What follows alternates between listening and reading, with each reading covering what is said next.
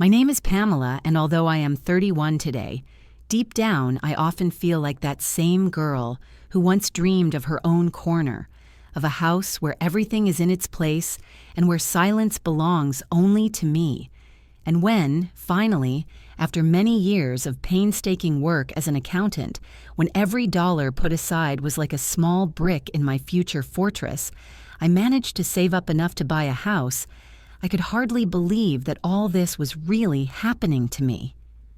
Remote work opened up a rare freedom of choice for me, and I took full advantage of it. The day I saw this house, my heart seemed to stop. Spacious, bright, with a huge backyard, on which, as it seemed to me, it would be possible to organize entire holidays, and with a terrace created to sit with a cup of hot coffee in the early hours, while the city was still sleeping, and watch the sun softly paint the sky in pink shades.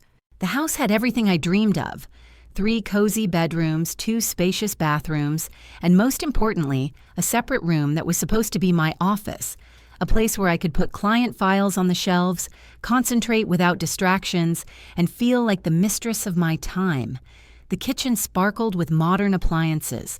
The living room seemed to be waiting to be filled with voices and laughter, and the terrace. My God, how I loved it from the first minute when I went out there with my laptop and breathed in the cool morning air filled with the aroma of freshly cut grass.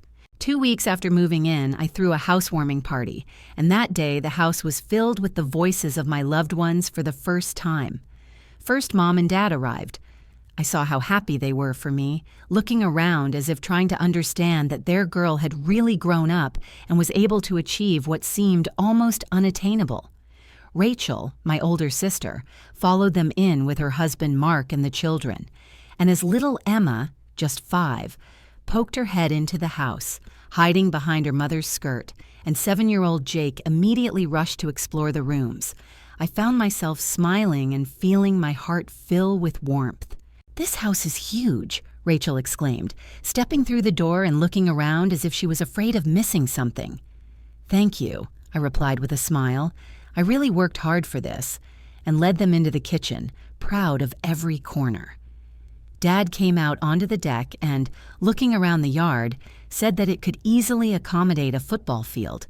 Rachel joined him, and Mark, as usual, lingered somewhere in the back, and already then I heard her say, "To be honest, Pamela, this house is too big for one person, because a real family with children could really use all this space."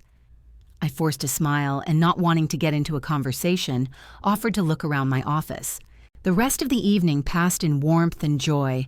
Everyone praised the food, which I prepared with special diligence, and seemed genuinely happy for me. When everyone left, I found myself back on my terrace, this time with a glass of wine, and the silence, so deep and pure, seemed perfect. 2 months later, I decided to throw a Christmas party, and the preparations took me several days. I decorated the house, hung up garlands, laid out clean linens in the guest rooms, and when the first guests, Mom and Dad, showed up at the door, I felt excited, as if it were my first real Christmas in my new capacity as a hostess. Rachel and her family stayed overnight. Later, Uncle Tom and Aunt Lisa arrived, having traveled 2 hours, and Cousin Jennifer with her boyfriend. The house was buzzing with laughter and conversation, and I felt a rare pride watching my family relax under my roof, as if this house was made for such evenings. The children played quietly in the corner, and the adults sat around the table with coffee and sweets. "We should get together more often," Mom said, smiling, "because your house is perfect for family gatherings." "Thank you for everything, Pamela," Rachel added, buttoning her coat. "This is what Christmas should be like." And when they had all gone, I walked around the house, filled only with the echoes of their voices, and for the first time I thought that perhaps I really would enjoy having family evenings like this. But I had no idea what it would turn into. Just 3 weeks after Christmas, the phone rang and I heard my mother's voice. "Hi, honey, I have news. Jake's birthday is coming up in 2 weeks, and Rachel wants to throw him a big party, with lots of kids and even an entertainer." "That sounds great," I replied hesitantly, not understanding where this was going. "But her apartment is too small for 15 kids, so we decided it would be better to have it at your place." At that moment, everything inside me sank. What?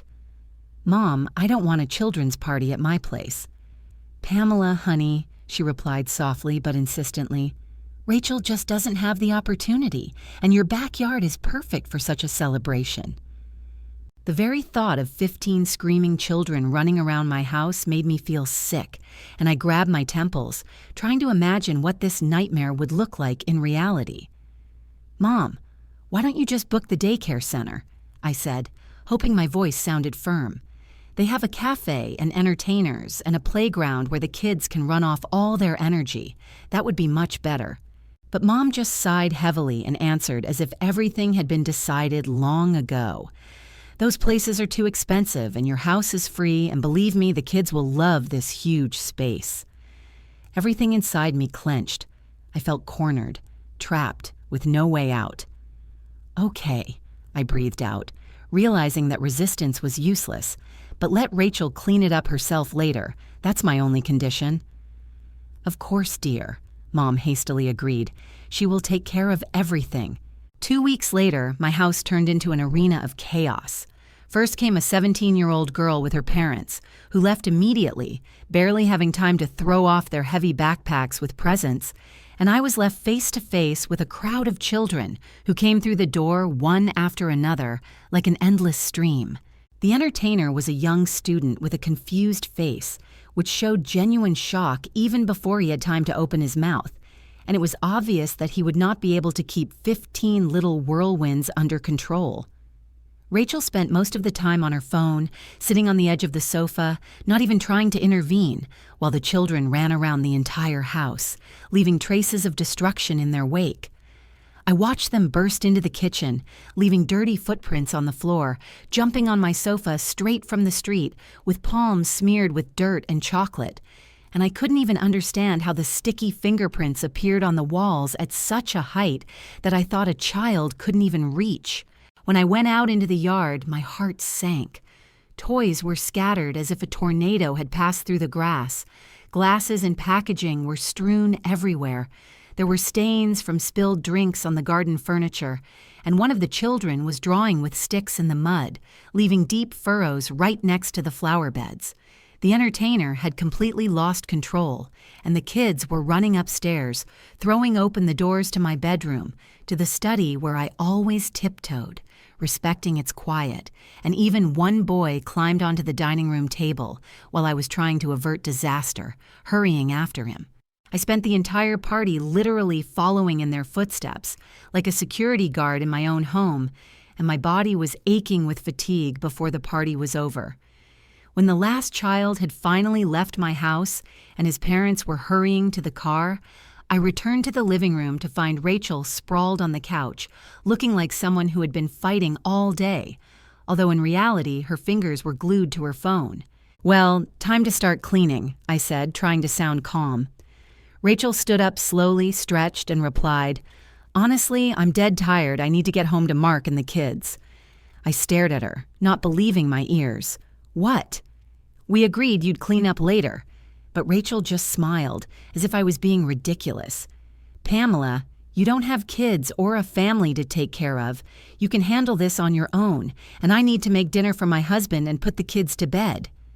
She grabbed her purse, called Emma and Jake, and they walked past me without even looking at me, as if I was part of the furniture. "Thank you for letting us use your apartment," she called over her shoulder as she closed the door. I was left alone in the middle of a wrecked house. There were sticky plates all around me, graham cracker crumbs pressed into the carpet too deep to pick up, and fairy lights that had somehow ended up hanging from the ceiling fan. The silence I had once loved now felt suffocating, heavy, like a weight had settled on my shoulders that I couldn't shake off.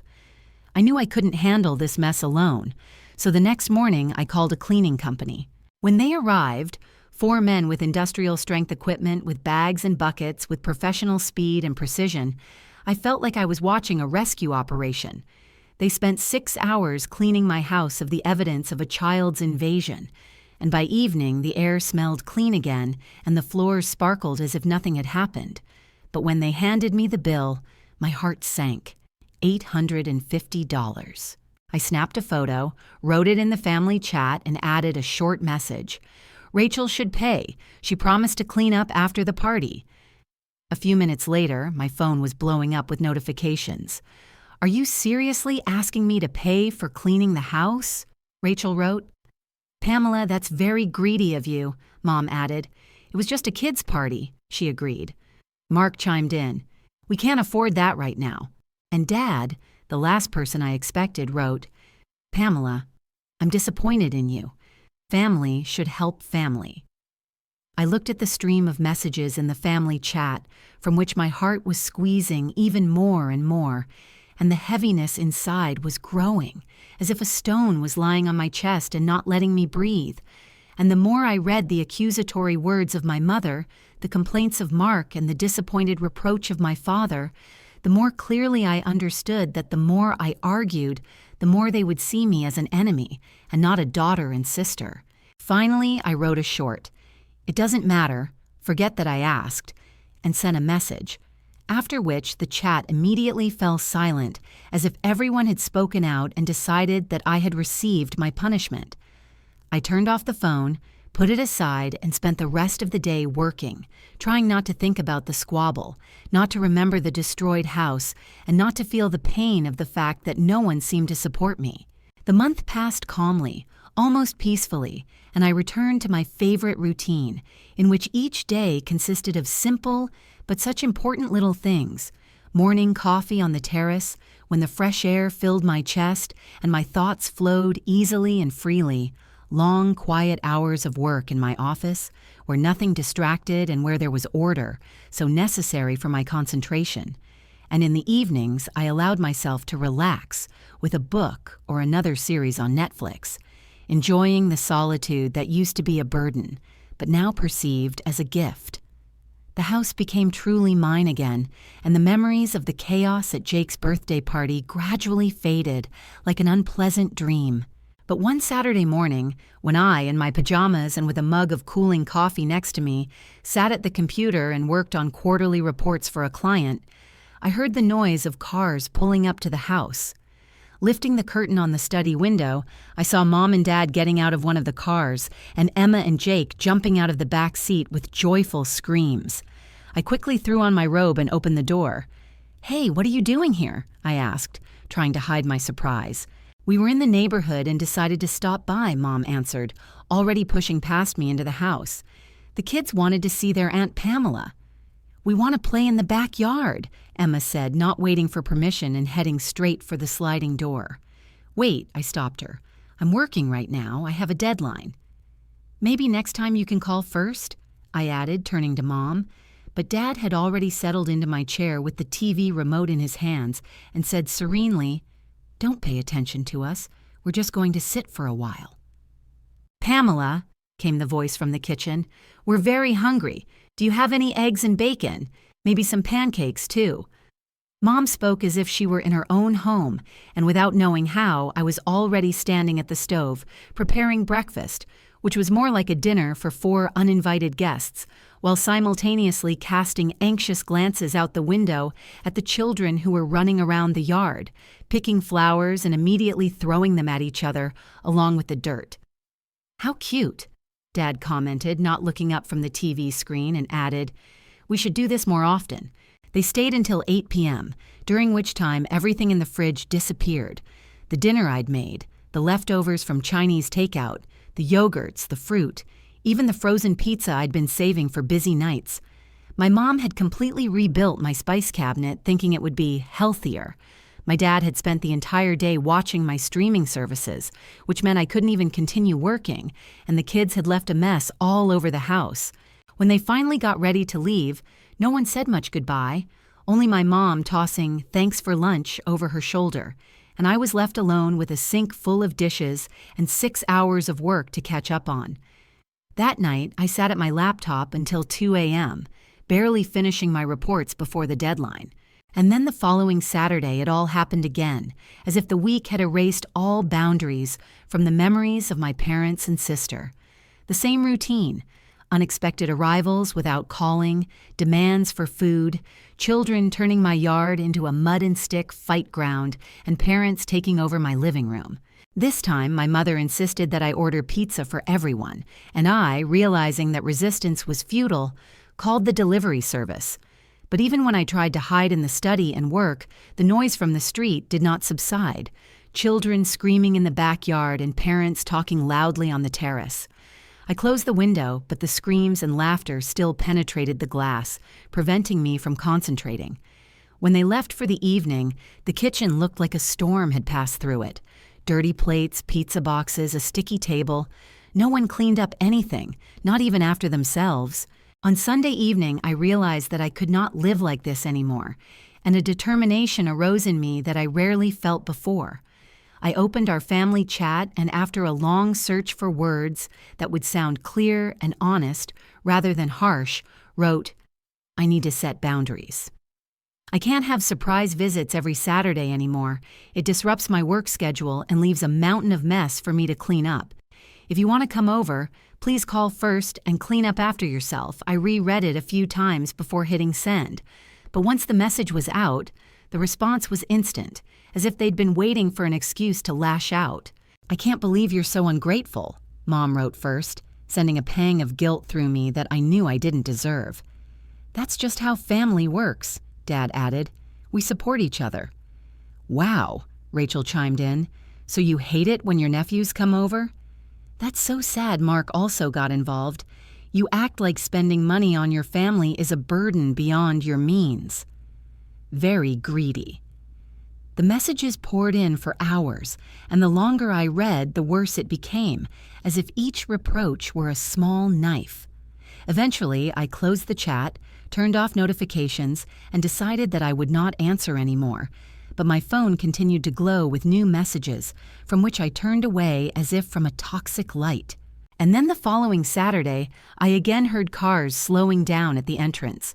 This time, it was not only Mom and Dad and the children. I looked out from behind the blinds and was stunned.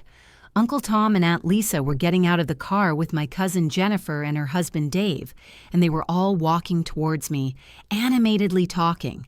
Soon the doorbell rang, followed by a cheerful knock. "Surprise!" Mom exclaimed. We were all in the area and decided to stop by. I opened the door, looking as if the last of my strength had been squeezed out of me. "You were all in the area?" I asked, the irony barely concealed in my voice. "What a coincidence, right?" Aunt Lisa laughed. "Pamela has such a lovely house, why not stop by?" Uncle Tom added, and without waiting for my invitation, stepped inside. They walked in as if it were their own place, and soon Uncle was sitting on the deck. "It's a perfect day to sit outside. Do you mind if we stay for lunch?" It wasn't a question, and I knew it all too well. Jennifer was already opening the doors of my kitchen cabinets. "Pamela, do you have anything for sandwiches? We could make a big dinner right here. By the way, why don't we just order in?" "That'll be easier," my mother suggested, and I gritted my teeth and pulled out my phone. I ended up ordering $75 worth of Chinese food, and 6 adults settled into my home, while the kids once again tore up the yard, throwing toys and dragging things into corners.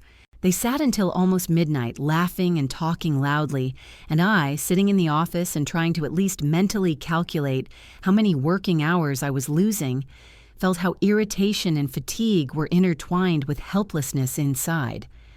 When they finally began to get ready, Aunt Lisa, hugging Mom, said, "What a wonderful idea, to spend Saturdays at Pamela's. We must do this every week." My blood ran cold in my veins from these words. Every week. "Sounds perfect," Mom picked up, beaming, and added, "Pamela adores family." I stood motionless with a frozen smile while everything inside me screamed. The whole next week I lived in anticipation of Saturday, and each time my thoughts returned to it, my body shrank with fear, as if something inevitable was waiting for me. By Friday evening, I made a decision. I simply would not open the door. In the morning, right on schedule, I heard the same noise of cars pulling into the driveway.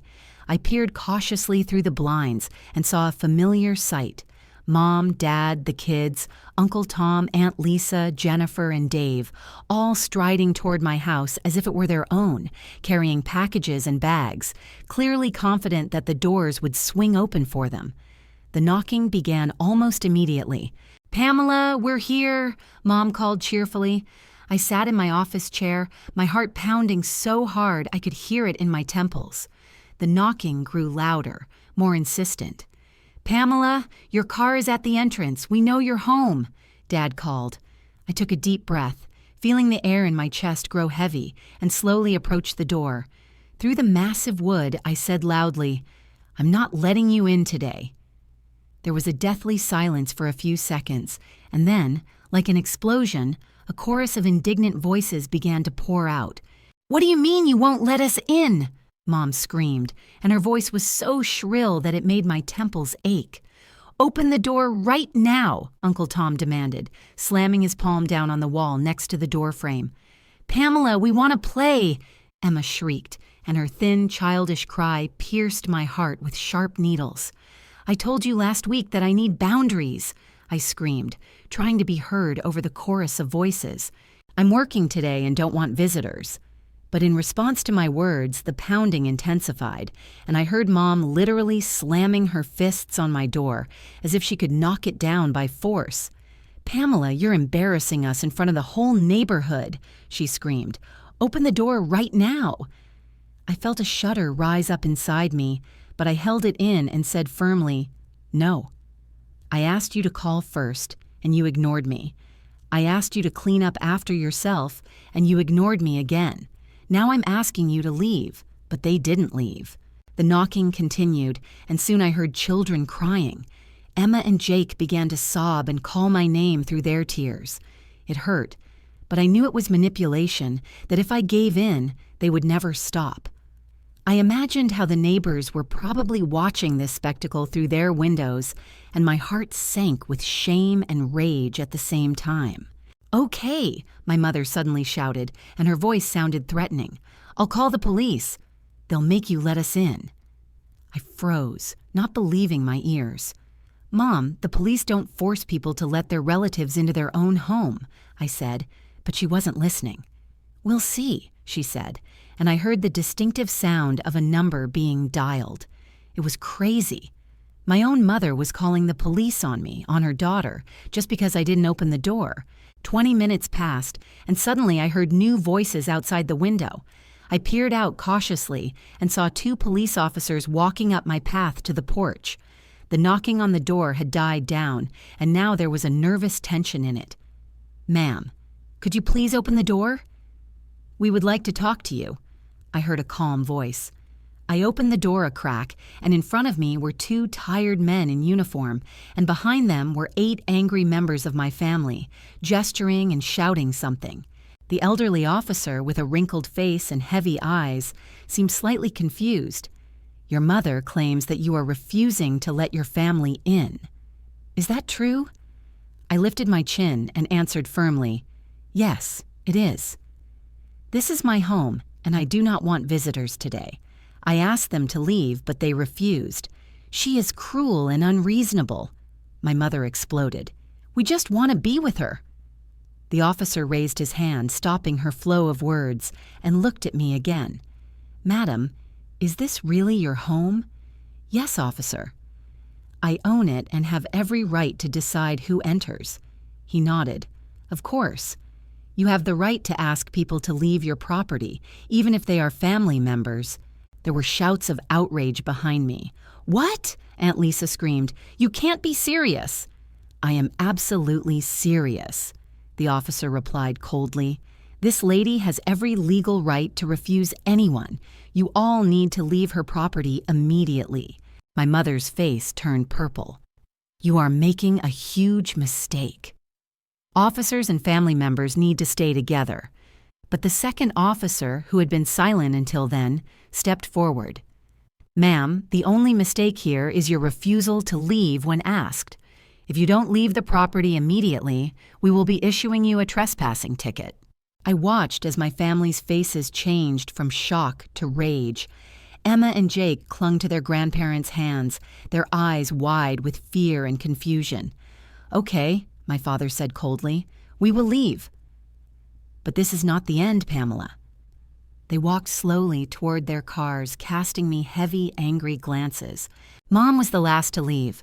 She paused on the porch, leaned toward me, and hissed so that no one but me could hear, "You'll regret this." As their cars turned the corner one by one, the senior officer shook his head wearily, as if he'd seen this before and understood how hard it was for people. "Family feuds are never fun," he said quietly, leaning on the railing of my porch. "If this continues, you might want to consider getting a restraining order, although frankly, you probably don't have grounds for that yet. If possible, try to work it out between yourselves." His voice was almost sympathetic, but there was also the weariness of a man who watches loved ones turn into enemies every week. "Thank you, officers," I managed to say, barely keeping from crying. "I appreciate your help." They exchanged quick glances, nodded, and headed for their car, leaving me alone in the echoing footsteps. I closed the door, leaned my back against it, and let myself slide slowly down until I found myself sitting on the cold hallway floor. My hands were shaking, my breath was ragged, and I couldn't wrap my mind around the fact that the police had just evicted my own family from my own property. But just as I was trying to collect my thoughts, my phone vibrated on the hallway table.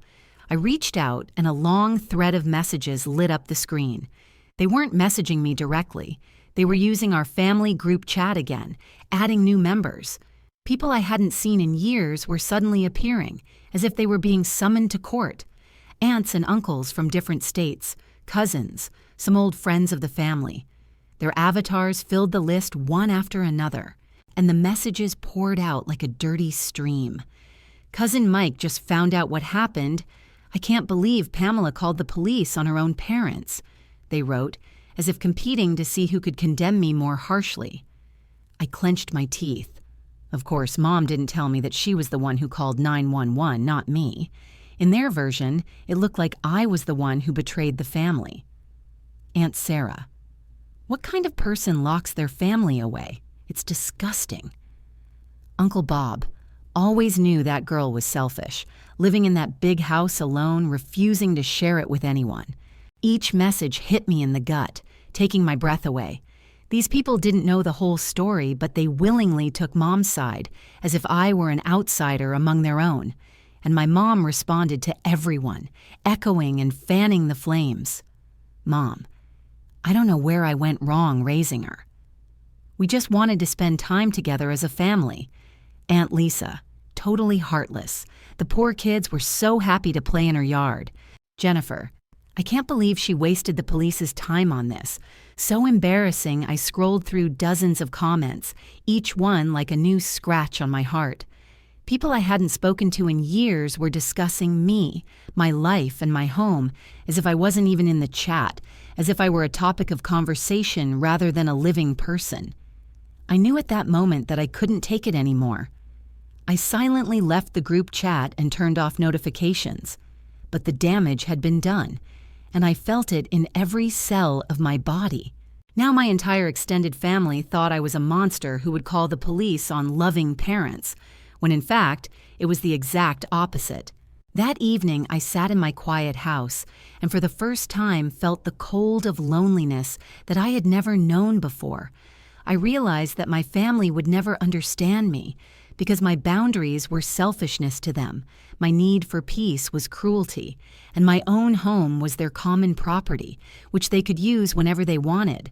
I could no longer live like this, constantly defending my right to privacy, like a petitioner, and not the mistress of my own home. By Monday morning, a decision had matured within me. I took out my phone and dialed the number of the lawyer I had contacted when I bought the house. His calm, businesslike voice always inspired confidence. I explained the entire situation in detail, from the Christmas party to the police visit. "So, you want to legally prohibit your family from coming to your home?" he clarified when I finished. "If that's possible, then yes," I answered, feeling my voice tremble. He sighed into the phone. "Pamela, I'm afraid you don't have sufficient grounds for a restraining order yet. Neither of them has threatened you with physical violence, and you have no evidence of serious property damage. You have the right to keep them out of your home, but unfortunately, they can continue to come onto your property until you again demand that they leave." I felt completely defeated, as if I had been through a long and exhausting battle in which I had no strength or desire to continue to defend my case, and so I just listened to the lawyer's voice in silence, knowing that there was nothing more I could do. "You could try marriage counseling," he said, pausing between words as if trying to soften the harsh truth. "But it sounds like your family is not interested in respecting your boundaries. My advice is that sometimes the best solution is not fighting, but distance. Physical distance."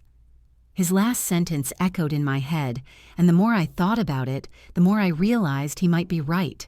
That same day, still in a state of stunned despair, I called my realtor friend Jessica. We'd known each other since college, and she'd helped me find this house and was thrilled for me when I finally found my space. "You want to sell already?" she asked, surprised when she heard my shaky voice. "Pamela, you only bought this place 6 months ago." I sighed and said, "I know this sounds crazy, but I have to get out of this town. Can you sell it fast in this market?" Jessica didn't hesitate for a second. "Absolutely. Houses like yours are hot right now. I can probably find a buyer within a month if we price it right." I closed my eyes and quietly said, "Do it." Then I dialed my best friend, Sarah, who lived in the next state over and had been pestering me for years to move closer. "I have a huge favor to ask of you," I said, trying to keep my voice even. "Can I stay with you for a few weeks while I look for a house?" Sarah didn't even hesitate. "Sure, Pamela." "But why? What happened?" And then I told her everything. Every detail, the birthday party, the police visit, the way my entire family had decided I was a monster. Sarah listened in silence, without interrupting, except for the occasional hushed, angry noise when I mentioned a particularly painful moment. 2 days later, I packed only the essentials, carefully left the house keys with Jessica, and got into my car to begin the 6-hour drive. When I got to Sarah's apartment, she greeted me with a hug, and we immediately sat down at her laptop. "Look at this," she said, turning the screen toward me. It was a picture of a house that looked remarkably like my old one, but the backyard was much larger, and there was a sparkling blue pool in the center. "It's gorgeous," I whispered, and for the first time in months something like hope stabbed at my chest. That same day, I made an offer, and my heart was pounding like a girl's on her first adventure. 3 weeks passed when Jessica called me with good news. "It's sold," she said. "The buyers really liked your place and want to close as soon as possible." I was amazed at the speed. "That was fast," I breathed. "I told you, your house is exactly what people are looking for," she replied with a satisfied smile in her voice. It seemed like my steps were finally beginning to line up in a new direction. But the joy didn't last long. A week later, my phone rang. This time it was my cousin Amy. "Hi, Pamela," she said, her voice tense. "I wanted to let you know about the weekend coming up. Your parents and aunts and uncles are coming to visit you again, but this time, they're bringing even more kids, all the cousins and their little ones." Mom said they thought it was impossible to keep so many family members out of the house. I almost laughed at the absurdity of the situation. "Is that true?" I asked. "Yeah," Amy sighed. "They're sure that if there were about 20 of them, you wouldn't dare turn them down." "Thanks for letting me know, Amy." "Are you okay? You sound weird." She hesitated. "I'm okay. It's just, thanks for calling." Saturday arrived, and at exactly 11 a.m., my phone rang. But I was no longer in that house, sitting by my new pool, enjoying the soft sun and the rare, precious silence. I didn't answer. The calls kept coming. First Dad, then Mom, then Rachel, Uncle Tom. I sent them all to voicemail, and soon the messages started. "Dad, why aren't you answering the door?" "Mom, there are strangers in your house. Where are you?" "Rachel, a couple with kids answered the door. What's going on?" "Uncle Tom, did you move? Why didn't you tell us?" I smiled and pressed the button, turning off the phone, as if with that movement I had severed the thin thread that connected me to the chaos that had once been my daily routine. That evening, I finally decided to turn it on again, and the screen immediately blinded me with an endless list of notifications. 37 missed calls and twice as many text messages. Most of them, flowing into one another, were variations of the same thing: Confusion, indignation, accusations, bewilderment, and anger. I flipped through them while a feeling grew in my chest, as if I was again opening the door to that house where endless guests were waiting for me. But this time, it was not people who burst into my new, long-awaited peace, but words. Finally, the phone rang again. A name appeared on the display. Mom. I stared at the screen for a long time, my fingers shaking, but I still pressed the answer button. "Where are you?" Her scream deafened me before I had time to say hello. "Strangers live in your house." "Where the hell are you?" I took a deep breath and said calmly, as if I had been rehearsing these words all this time. "I'm in my new house, in another state." There was silence, so heavy that I almost heard her breath die down the line. "What do you mean, a new house?" she finally whispered. "I sold the old one and moved," I replied. "I was tired of you treating my house like your personal playground." "You can't be serious," her voice broke. "Did you move because of us?" I closed my eyes and let all the pent-up pain escape. "I left because you didn't respect my boundaries," I asked nicely. "I set clear rules, but you ignored every word I said, so I left." There were sobs on the other end of the line. "Pamela," Mom cried, "you can't do this to us. We just wanted to spend time together. We love you." I shook my head, though she couldn't see it. "It wasn't love, Mom. It was use. Love is respect for my space, my time, my life." She spoke quickly. "Please, honey, we can work this out. We will do better. I promise." But something broke inside me completely, and I said firmly, "It's too late. I'm tired. You can't fix everything as if nothing had happened." "You can't give up on your family," she cried out in despair. "Look at me," I replied, and without a second's hesitation, I pressed the red button. Then I immediately blocked all phone numbers, every single one. The next months passed in silence, and it felt like healing. I lived peacefully in my new house, where every wall, every detail belonged only to me. I worked in my new bright office, swam in the pool, listened to the rustling of leaves, and enjoyed the silence, the possibility of which I had almost forgotten. Sometimes Sarah would come over on weekends, and we would sit on the terrace, holding glasses of wine and laughing at the absurdity of my old life, where every Saturday morning was cause for alarm, and my own home was a hotel and dining room for everyone but me. 6 months after I moved in, I received a letter. My mother had somehow found my work email address. It began, "Dear Pamela, I hope you are well. We miss you terribly and now realize that perhaps we have been too demanding of your time and space." She wrote that the whole family had discussed what had happened, that they owned up to their mistakes and would welcome the opportunity to visit me to prove that they knew how to respect boundaries. The letter ended, "Please consider letting us back into your life. Love, Mom." I read it 3 times in a row, carefully, slowly, as if searching for something new, something sincere in these lines.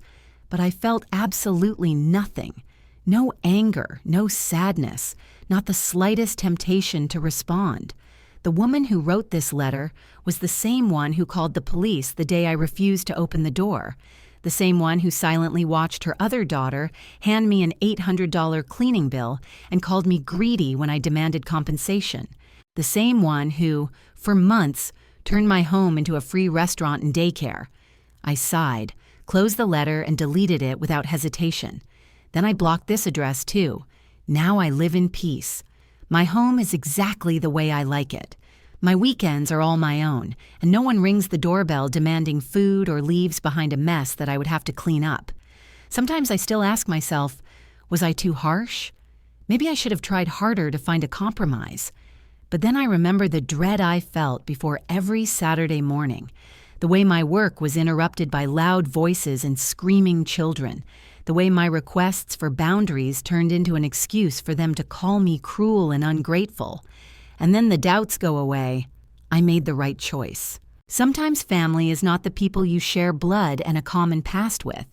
Sometimes family is those who can truly see you, hear you, and treat you with the respect and warmth you deserve.